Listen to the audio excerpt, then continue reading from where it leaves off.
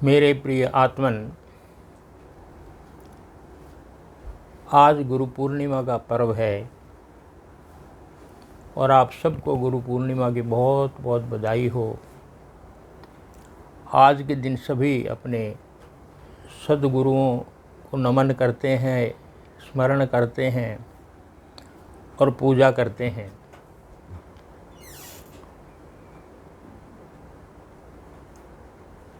हमारे भारतवर्ष में गुरु का बहुत महत्व है। यह पूर्व की एक अनूठी खोज है। गुरु पश्चिमी जगत में ऐसा कहीं नहीं है। वहाँ प्रायः शिक्षक होते हैं, गुरु नहीं होते।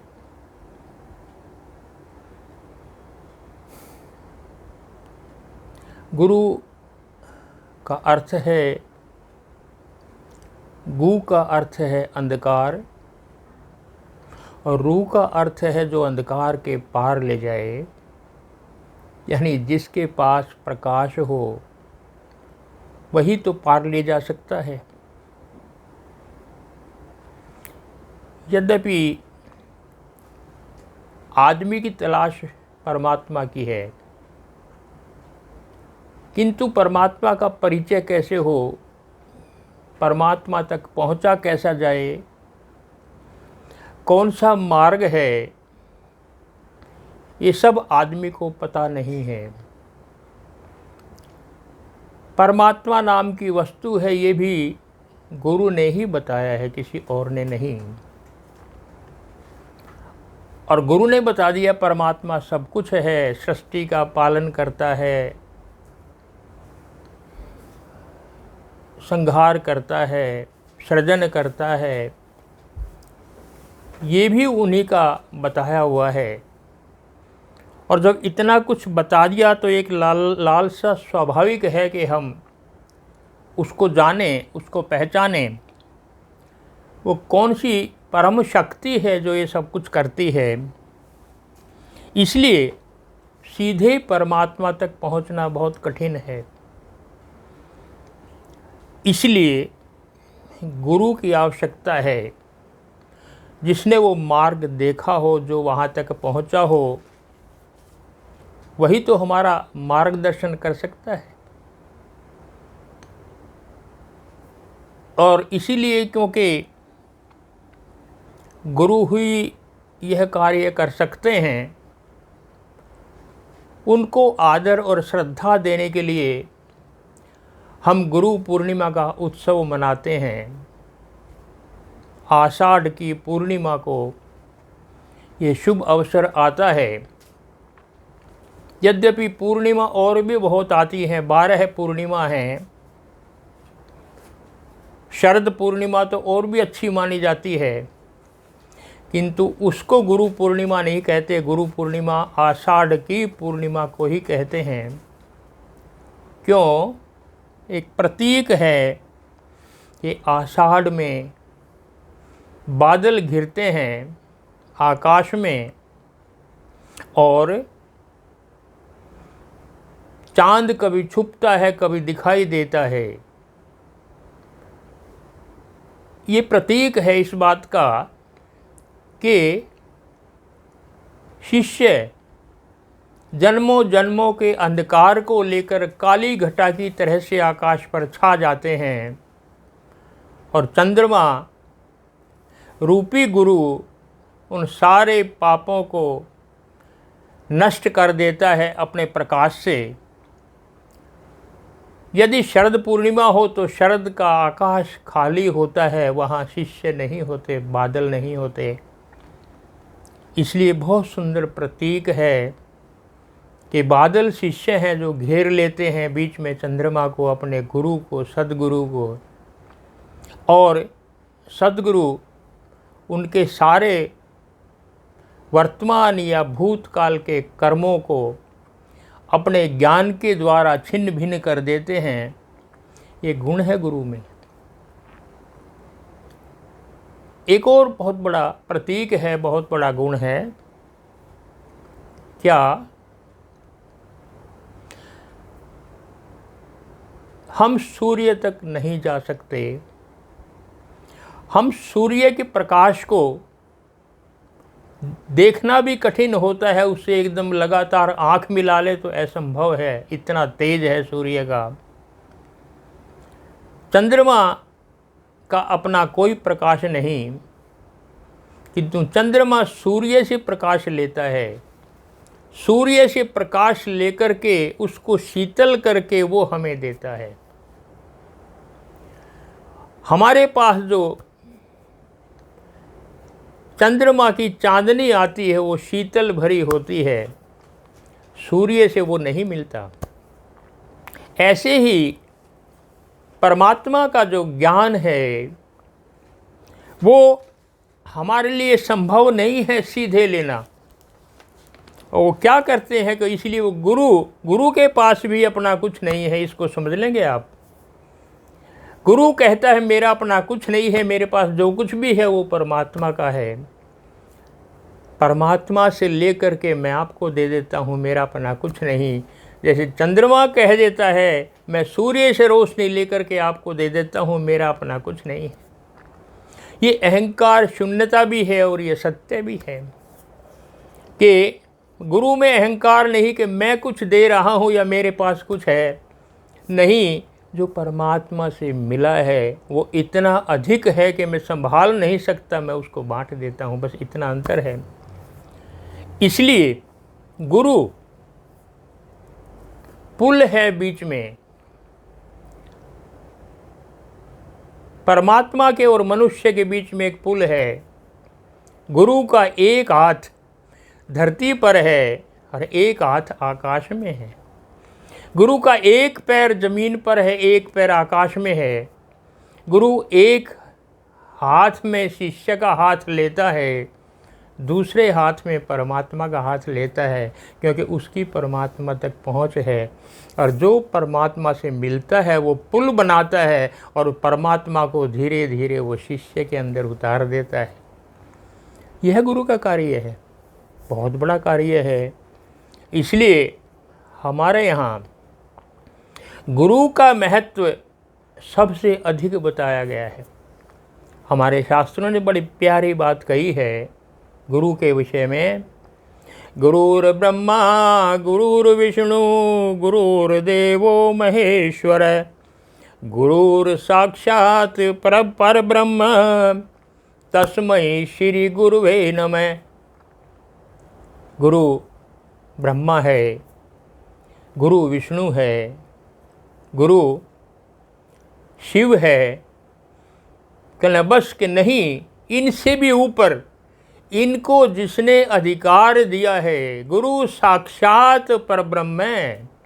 गुरु साक्षात परम ब्रह्म है, जिसने इन तीनों को अधिकार दिया है अपने अपने कार्य क्षेत्र पूरा करने के लिए। गुरु साक्षात परब्रह्म है, वो परम ब्रह्म है गुरु साक्षात। और इसलिए तस्मै श्री गुरुवे नमः, यही सोच करके हम गुरु को नमन करते हैं, प्रणाम करते हैं। गुरु साकार गोविंद है, गुरु निराकार गोविंद है, गोविंद साकार शिष्य है। गुरु साकार रूप है उस परम ब्रह्म का, उस परमात्मा का, जो परमात्मा में है वही गुरु में आ जाता है, क्योंकि वो उसको जान लेता है। इसलिए दोनों में कोई भेद नहीं रहता, एक ही हो जाते हैं। सुंदरदास जी बड़ी प्यारी बात कहते हैं, संतनि हरिजन एक है भिन्न भाव कछु नाहि, संतनि माही हरि बसें संत बसें हरि माही। संत गुरु और हरि परमात्मा दोनों एक हैं, दोनों में कोई भेद नहीं है। संतों में परमात्मा बसता है, परमात्मा में संत बसते हैं। सब एक ही हो जाता है, जानने के बाद अंतर रहता ही नहीं। स्वामी गोस्वामी तुलसीदास ने लिखा है, सो जाने ही जेहि देहु जनाई, और जानत तुम ही होई जाई। वो जानता है जिसको वो जना दे, और जानने के बाद तो तुम्हारे जैसा हो जाता है। जानत तुम ही होई जाई, तेरे जैसा हो जाता है, फिर दोनों एक हो जाते हैं, कोई अंतर नहीं रहता फिर। बिल्कुल यही बात पलटू दास जी ने कही, बहुत बड़े संत हुए हैं। साईं सरीखे संत हैं, या मैं मौन न मेख। साईं सरीखे संत हैं, संत और साईं में कोई भेद नहीं है, दोनों एक हैं, इसमें कोई संदेह नहीं है किसी प्रकार का भी। वो सद्गति देता है, जो कुछ भी उसको परमात्मा से मिला है वो सब कुछ बांट देता है। गुरु का महत्व है, बांटेगा वही जिसके पास कुछ होगा। गुरु बहुत कंट का कीर्ण मार्ग से अपनी मंजिल तक, अपने लक्ष्य तक पहुंचता है।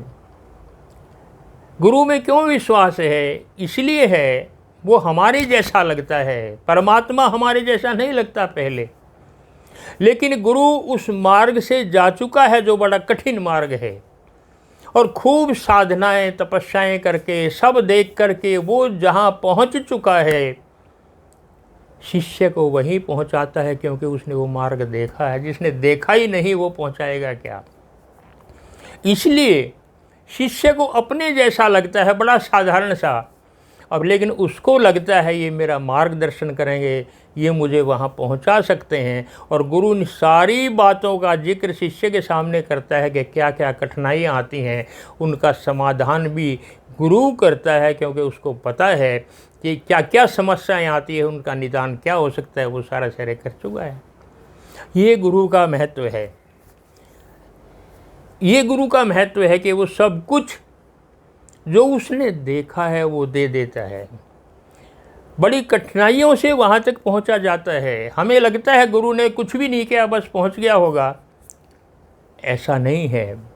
निश्चित रूप से आपको ध्यान होगा, गौतम बुद्ध 6 वर्ष तक कितनी कठिन तपस्या की है उन्होंने, कहाँ कहाँ जंगलों में पहाड़ों में भटके हैं, सब गुरुओं में, सब आश्रमों के पास गए हैं, कुछ मिला नहीं।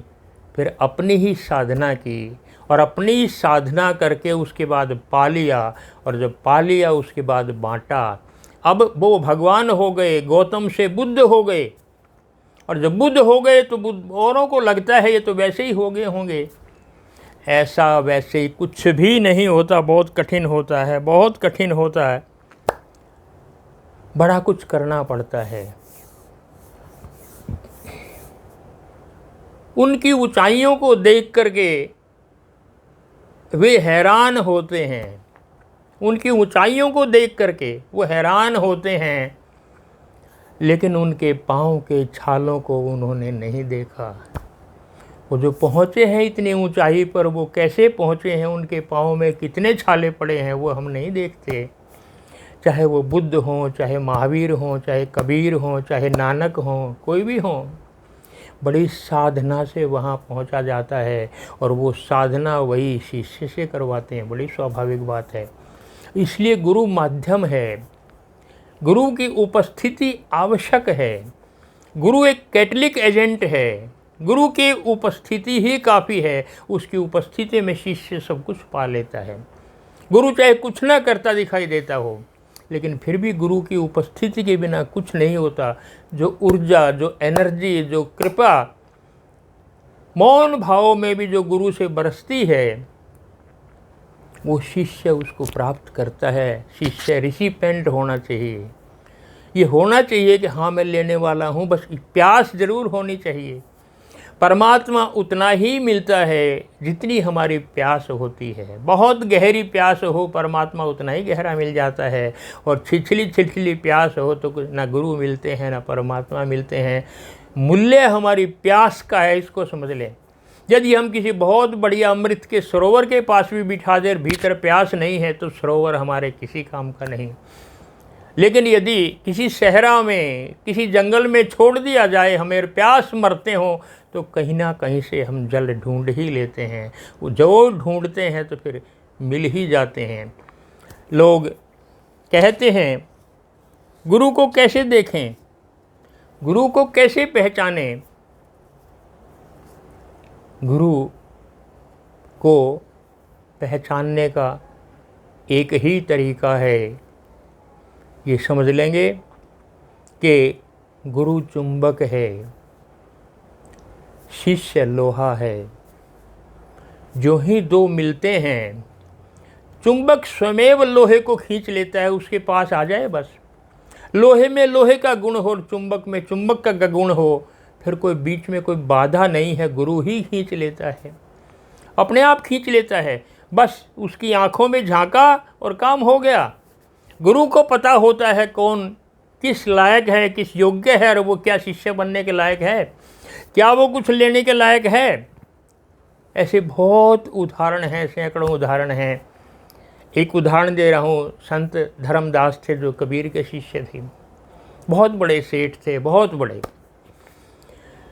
साल में 2 बार वृंदावन जाते थे, भगवान कृष्ण की पूजा करते थे, मंदिर में जाकर के आरती चढ़ाते थे, जैसे होता है। एक बार पता नहीं किस तरह से प्रकृति का कुछ नियम है कि कबीर वहाँ पहुँच गए। हजारों लाखों लोग दर्शन करके निकल रहे हैं, लेकिन कबीर के सामने धर्मदास आ गए और धर्मदास से पूछ लिया, किस लिए आते हो? भगवान कृष्ण की पूजा करने के लिए, भगवान कृष्ण के दर्शन करने के लिए, भगवान के दर्शन करने के लिए। कितनी बार के मैं बरसों से आ रहा हूँ। कौन हो? मैं धर्मदास सेठ हूँ वहाँ का। अच्छा, इतने बरसों से आ रहे हो, भगवान के दर्शन हो गए? तो नहीं, आज तक तो नहीं हुए, बस ये जो सामने है इनके दर्शन करके जाता चला जाता हूँ। आज तक नहीं हुए तो फिर कब होंगे? ऐसा करो, मेरे पास आ जाओ, मैं काशी में वहाँ पर रहता हूँ। ऐसी आँखों में झांका, धर्मदास तो देखते रह गए। पहले तो अपने घर गए, लेकिन रात को सोया नहीं, बहुत रातें गुजर गई, क्योंकि वो आंखें आकर्षित कर रही थी कबीर को, धर्मदास को। और एक दिन घर से निकल गए, काशी पहुंच गए, और ये सोचा पता नहीं स्वीकार करेंगे नहीं करेंगे, लेकिन कबीर की कुटिया में चले गए और जा कर के प्रणाम किया। कबीरदास ने कहा, आ गए कि हाँ। फिर आँखों में झांका और फिर बिठा करके ध्यान समाधि में डुबो दिया। अपनी जो एनर्जी थी, ज्ञान चक्र पर अंगूठा रखा और सब उतार दे धर्मदास के भीतर। जो मिला धर्मदास को, वो तो सब कुछ भूल गया। और फिर क्या किया धर्मदास ने? गुरु मिले अगम के वासी। अब वो कह रहे हैं, गुरु मिल गए मुझे।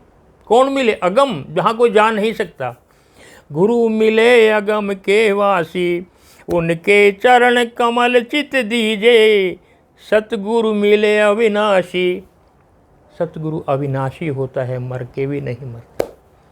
अविनाशी है क्योंकि वो आत्मा तक पहुंच चुका है, उसके मृत्यु ने। उनके चरण कमल चित दीजिए।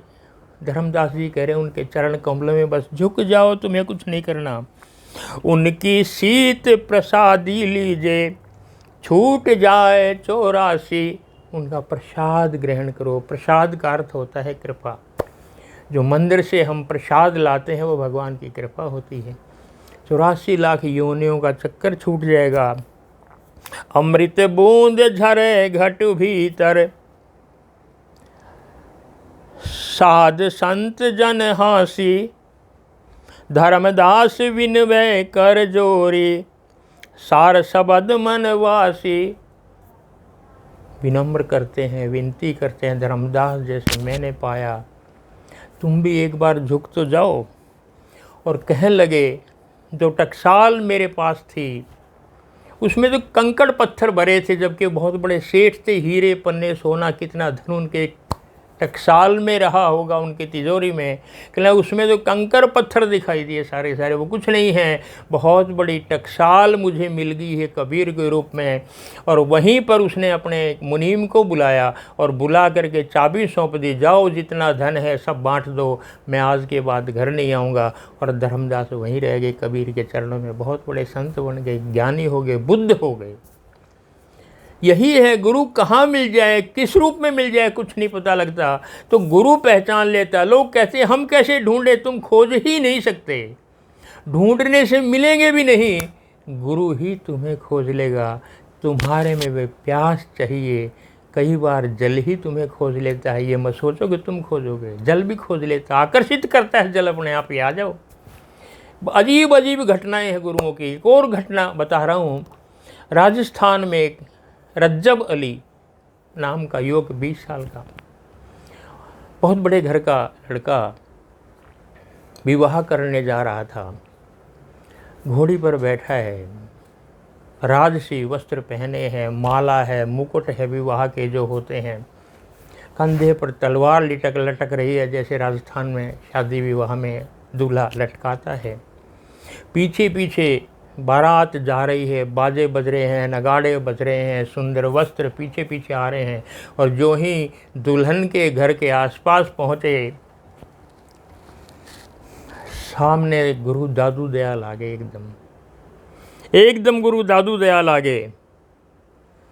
दादू दयाल ने उनकी आंखों में झांका, रज्जब की आंखों में, बस आंखें ही काफ़ी होती हैं, कुछ होता है उनमें जादू। और फिर क्या कहा दादू ने, क्या कहा रज्जब को, रज्जब तय गजब किया, बांधा सर पर मोर, आया था हरि भजन को, करी नरक की ठोर। रज्जब ये क्या कर रहे हो तुम, तू इसके लिए धरती पर नहीं आया था। रज्जब तय गजब किया, गजब कर दिया तूने, क्या कर रहा है तुम, इसलिए तू धरती पर आया ही नहीं था। सिर पर बांधा मोड़, क्या रखा संसार में फंसने जा रहा है तू, आया था हरि भजन को, हरि भजन के लिए आया था, तू तो नरक की ठोड़ कर रहा है, नरक के रास्ते लगवा रहा है। ये बात कोई भी कह सकता है, पर असर हो आवश्यक नहीं है, लेकिन सद्गुरुओं का असर होता है, उसकी तरंगें काम करती हैं।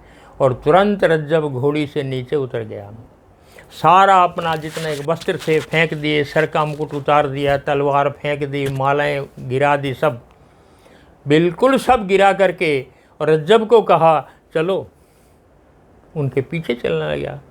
अभी उसके घर वाले, लड़कियों के घर वाले, कितनी बारात और कितने सैकड़ों आदमी उसके पीछे पड़ गए, क्या कर रहे हो रज्जब, क्या कर रहे हो, विवाह में जा रहे हो, हमारा तो बेइज्जती हो जाएगी, ये वो सब कुछ नहीं सुना रज्जब ने, पीछे पीछे हो लिया गुरु के, कहना चलो जहाँ चलना है। और दादू दयाल उसको अपने साथ ले गए, और रज्जब बुद्धत्व को प्राप्त हुए, ज्ञान को उपलब्ध हुए, उनकी साधनाएं, दादू दयाल के जितने शिष्य थे सब बुद्धत्व को उपलब्ध हुए, बहुत शिष्य हुए दादू दयाल के, बहुत बड़े सद्गुरु थे, उनके साथ चले गए। और दादू दयाल के शरीर त्यागने के बाद रज्जब ने कभी आंखें नहीं खोली। रज्जब ने कहा, संसार का जो सुंदरतम व्यक्ति था वो चला गया है, इससे अधिक सौंदर्य कहीं है ही नहीं, मैं क्या देखूं। और जब तक रज्जब जिया अपनी आंखें बंद किए रहा। ये है ऋषि पेंट, लेने की भावना, प्यास, जीवन में प्यासा हो, जल कहीं ना कहीं मिल ही जाता है, आपकी प्यास होनी चाहिए, ये गुरु है।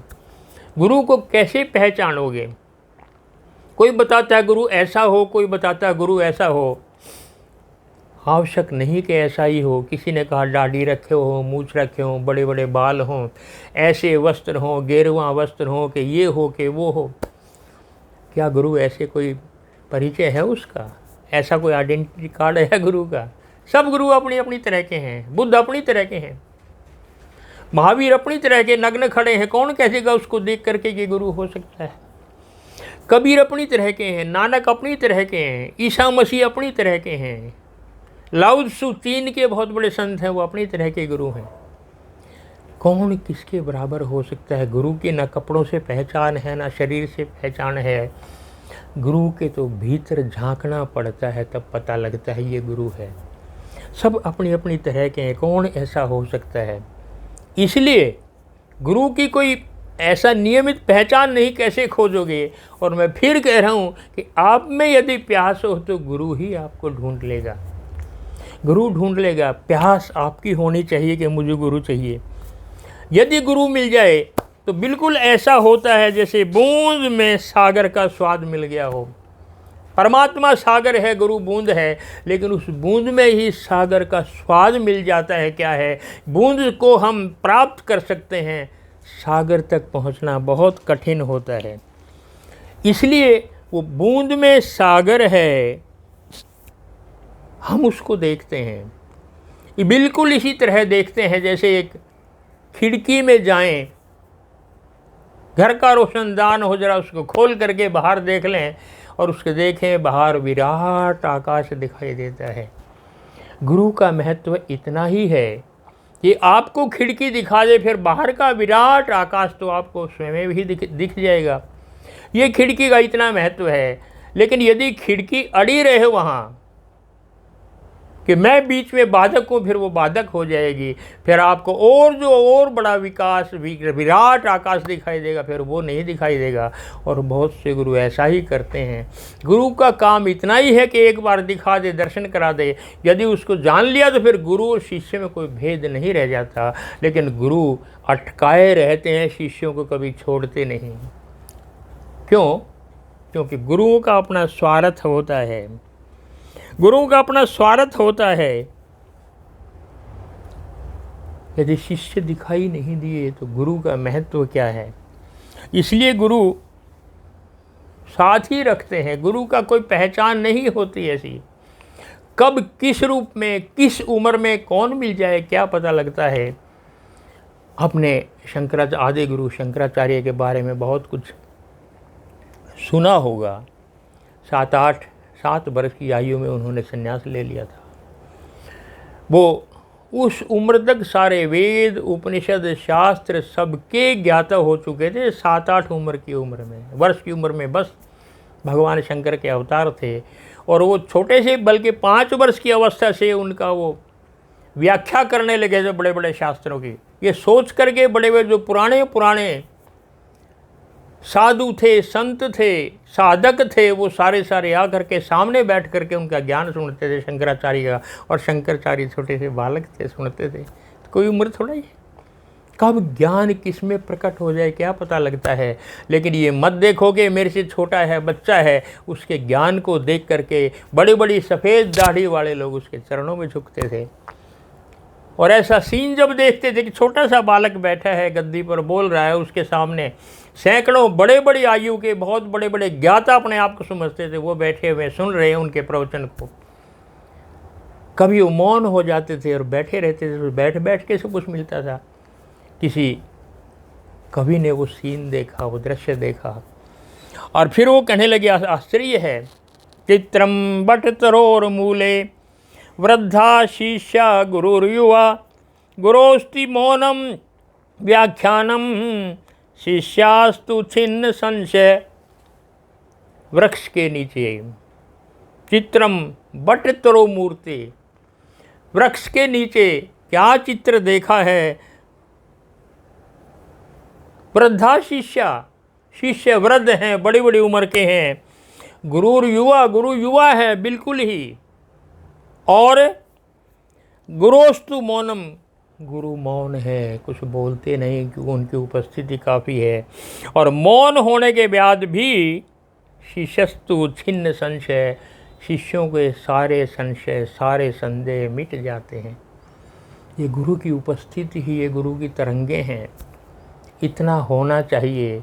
इसलिए हम कह रहे हैं कि कहाँ से ढूंढ करके वो पुराने सन्यासी जो वृद्ध हैं वहाँ केरल में आए होंगे, उनके पास ढूंढते आए होंगे। ज़रा सोचो आप,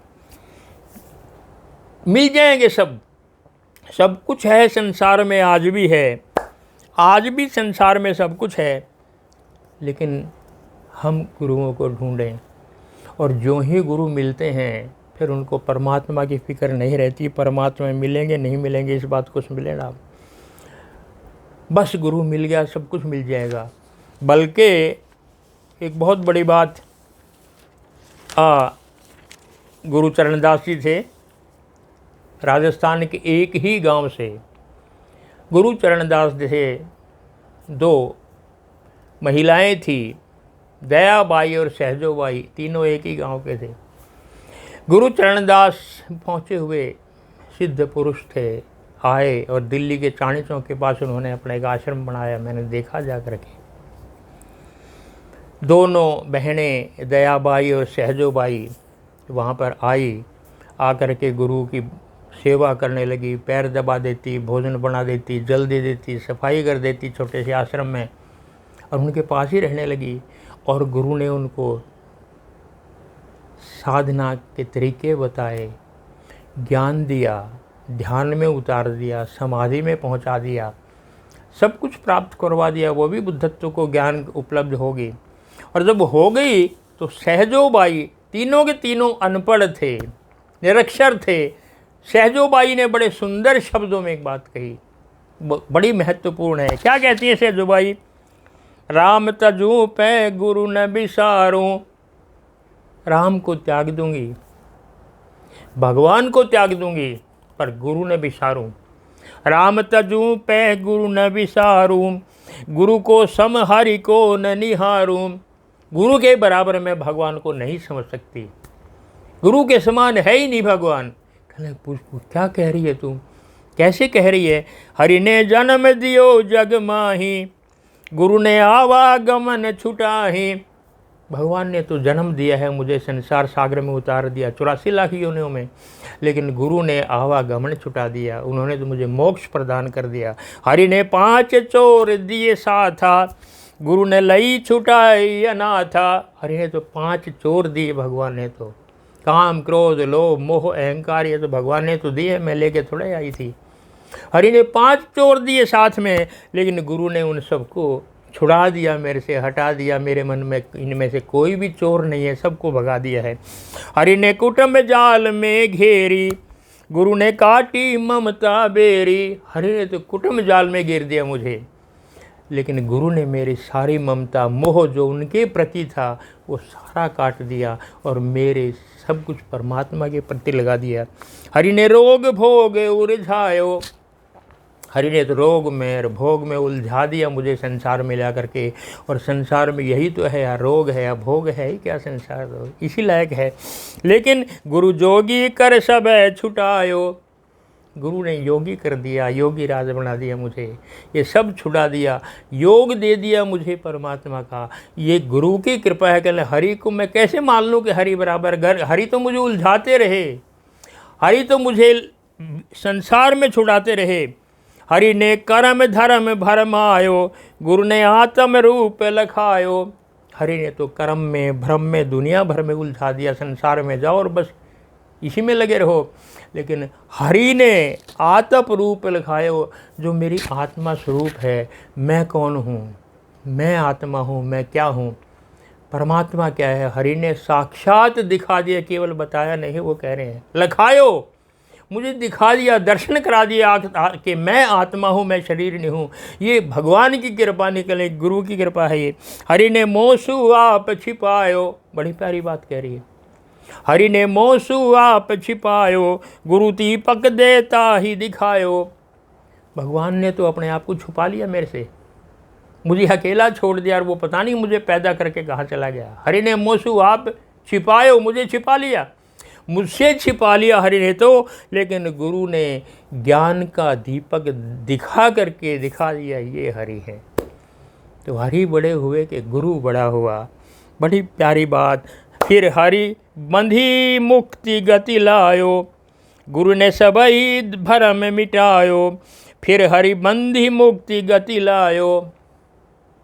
हरि ने तो कभी मुक्ति, कभी गति, कभी ये जाने मुझे कहाँ कहाँ उलझा दिया, लेकिन गुरु ने मेरे सारे भ्रम मिटा दिए। दुनिया भर के भ्रम हैं कि मरने के बाद क्या होगा, पाप क्या है, पुण्य क्या है, स्वर्ग क्या है, नरक क्या है, मोक्ष क्या है, मुक्ति क्या है।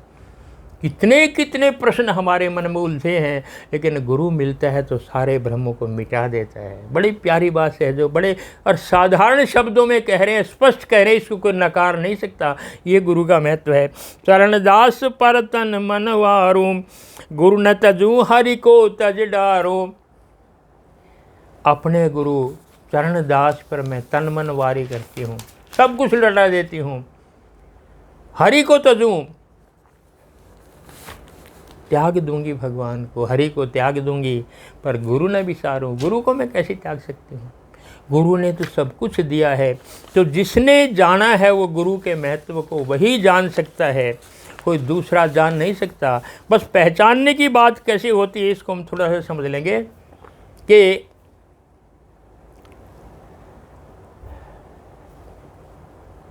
गुरु जरूर होना चाहिए। ये शब्दों ने भारतवर्ष का बहुत नुकसान किया है, बहुत हानि की है। सबके मन में बिठा दिए है गुरु बिन ज्ञान नहीं होता। गुरु बनाना आवश्यक है। निरक्षर लोगों में भारत गाँव में बसा है, गांव गांव के अनपढ़ निरक्षर लोगों के दिमाग में बैठा हुआ है गुरु होना चाहिए। अब ये नहीं पता गुरु कौन होना चाहिए। कमाल ये है। इसलिए आज दुनिया भर के गुरु हैं लाखों लाखों, और उनके पीछे लाखों लाखों शिष्य हैं। एक ने कह दिया गुरु होना चाहिए, अरे तूने बना लिया कि हाँ मैंने तो गुरु बना रखा था, तू भी बना ले। और वो भी उसके साथ गई भीड़ में, लाखों की भीड़ में, और उसको भी कह रहे नाम ताम दे दिया, चलो जी गुरु बन गया। और गुरु बना लिया तो अब मुझे कुछ नहीं करना, अब गुरु संभालेगा। इतना ही काफ़ी है। एक बार गए किसी के साथ, किसी के कहने से, और वो चले गए और उसने गुरु नाम ले लिया, कह रहे हैं बस वो गुरु बन गया। गाँव के गाँव गुरु बन गए। लाखों लाखों एक एक गुरुओं के पीछे हैं, और ऐसे ऐसे गुरु हैं जिनको स्वयं आत्मा का ज्ञान नहीं है, जिसको स्वयं परमात्मा क्या है उनको पता नहीं है, जो स्वयं मंजिल पर पहुँचे नहीं हैं, वो क्या पहुँचाएंगे शिष्य को? तो वो क्या देते हैं? गुरुओं के पास चरणों में जाकर गिर जाते हैं, मुझे पुत्र नहीं हुआ, महाराज पुत्र दे दो। मेरी दुकान पर तो ग्राहक बहुत कम आ रहे हैं, कल गुरु ग्राहक भेजेगा उनकी दुकान पर। मेरी 4 फैक्ट्री लगा दी, एक और लगा दो, पड़ोसी ने इतनी लगा दी हैं। मेरे बेटे को पास करवा दो, मेरी बिटिया की शादी करवा दो। सब सांसारिक वस्तुएं गुरुओं से मांगते हैं, और आश्चर्य ये है वो गुरु एक बार भी मना नहीं कर सकता, मैं ये काम नहीं करता। कल बिल्कुल आपको ये लो, ये कर दो, ये प्रसाद ले जाओ और ये इतने पैसे चढ़ा दो और तुम्हारा काम हो जाएगा। 3 बुखार हो जाए तो भी मुझे बुखार हुआ है, गुरु जी की कृपा से होगा। और वो कहते हैं हाँ हो जाएगा, 3 दिन में तो बुखार ठीक हो ही जाता है।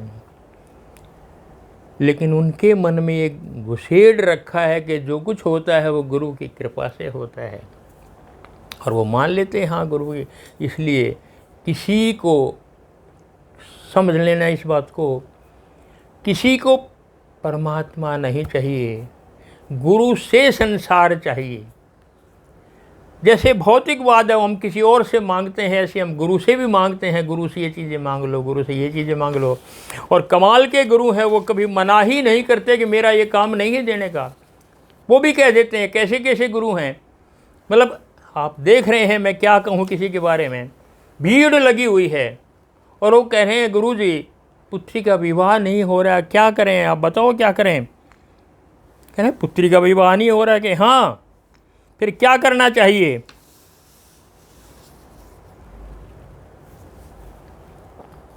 तुमने गोलगप्पे कब खाए थे?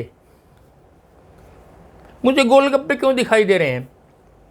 अरे मुझे तो शौक नहीं है, 2 महीने पहले खाए होंगे किसी मित्र के साथ, एक आध चखा होगा।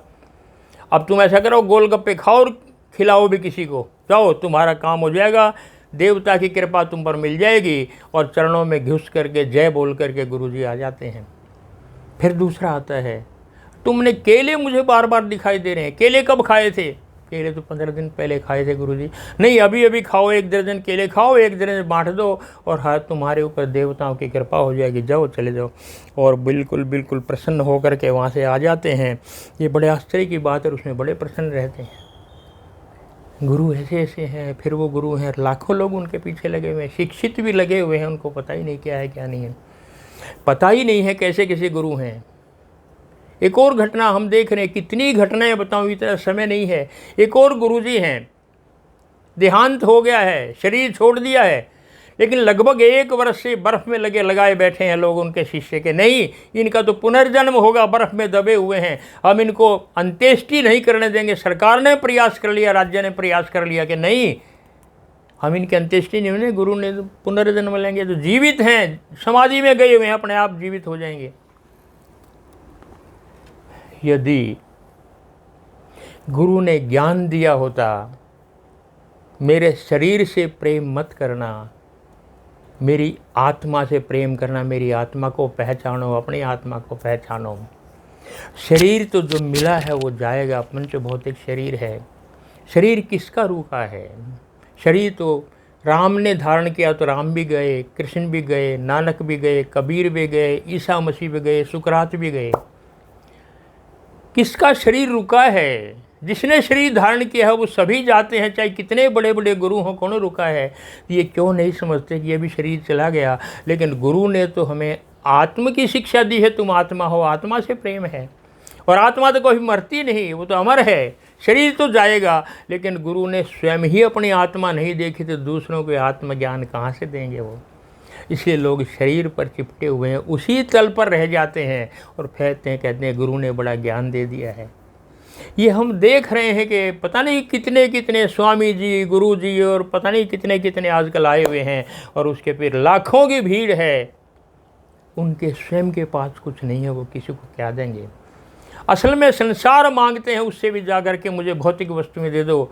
लेकिन गुरु हम उसी को कहते हैं जो आध्यात्मिक ज्ञान देता है, उसको हम गुरु का दर्जा देते हैं। जो हमें परमात्मा से मिलाता है, जो अब मेरा एक हाथ पकड़ता है, दूसरा परमात्मा के मिलाता है, ये जो सेतु है, ये जो आध्यात्मिक गुरु है, जो परमात्मा से परिचय कराता है, जो सत्य को मेरे भीतर उतार देता है, सत्य क्या है, मैं कौन हूँ, इस बात का जो ज्ञान देता है वो गुरु है।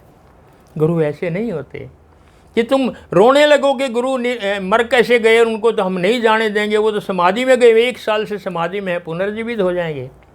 नहीं, जब सदगुरु ओशो गए, वो कह करके गए थे, जब मैं चला जाऊंगा कोई रोएगा नहीं, कोई दुख नहीं मनाएगा, खूब आनंद से नृत्य करना, नाचना, मेरे गाने के बाद गीत गाना, और ये समझना इस शरीर ने इतना कुछ दे दिया है आपको, उसके शरीर के लिए हम आनंदित होकर के जा रहे हैं, मुझे इस तरह से विदा करना। और यही हुआ, उनके शिष्यों ने खूब नाच गा करके उनको ले गए और वहाँ जा कर के उनकी अंत्येष्टि की।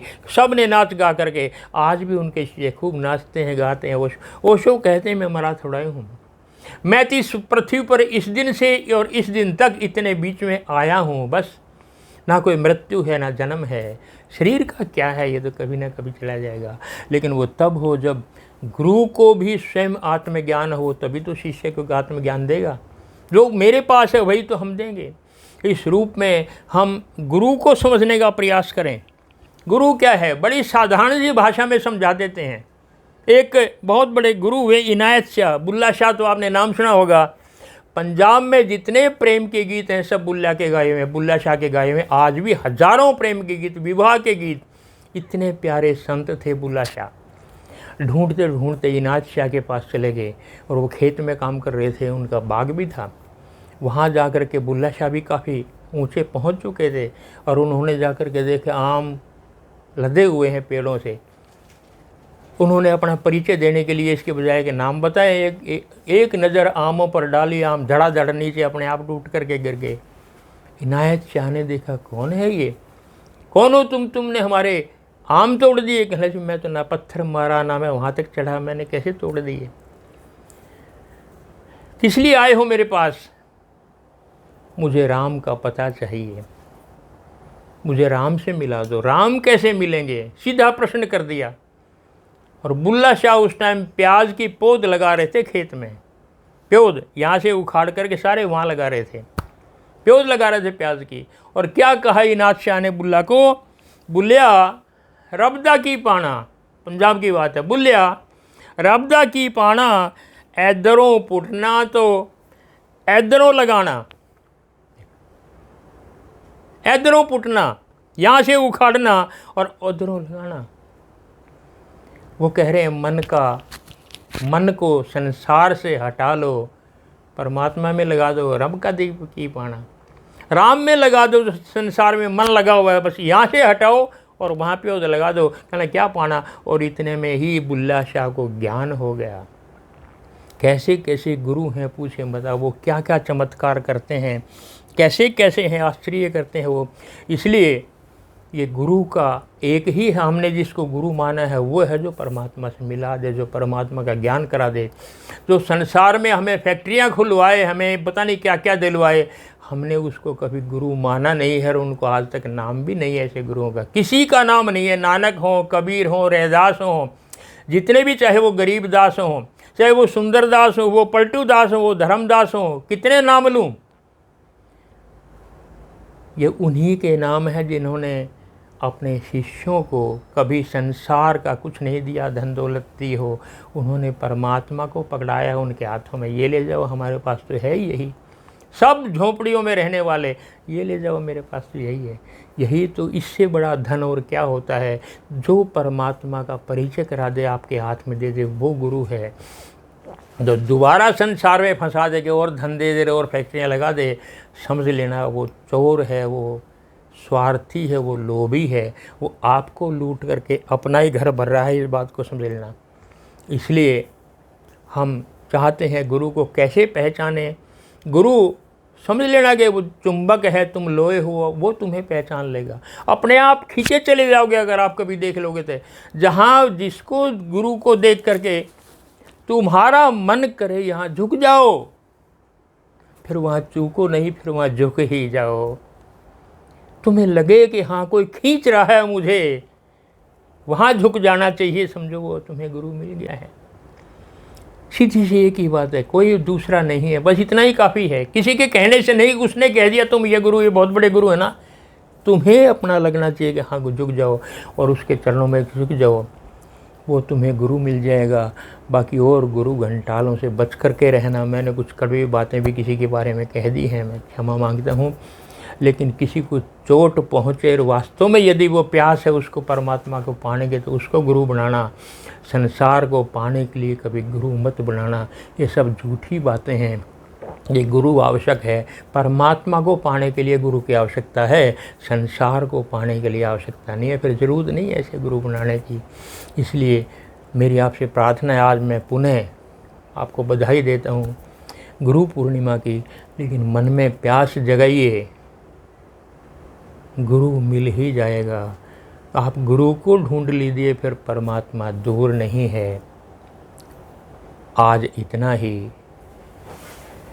जय श्री राम।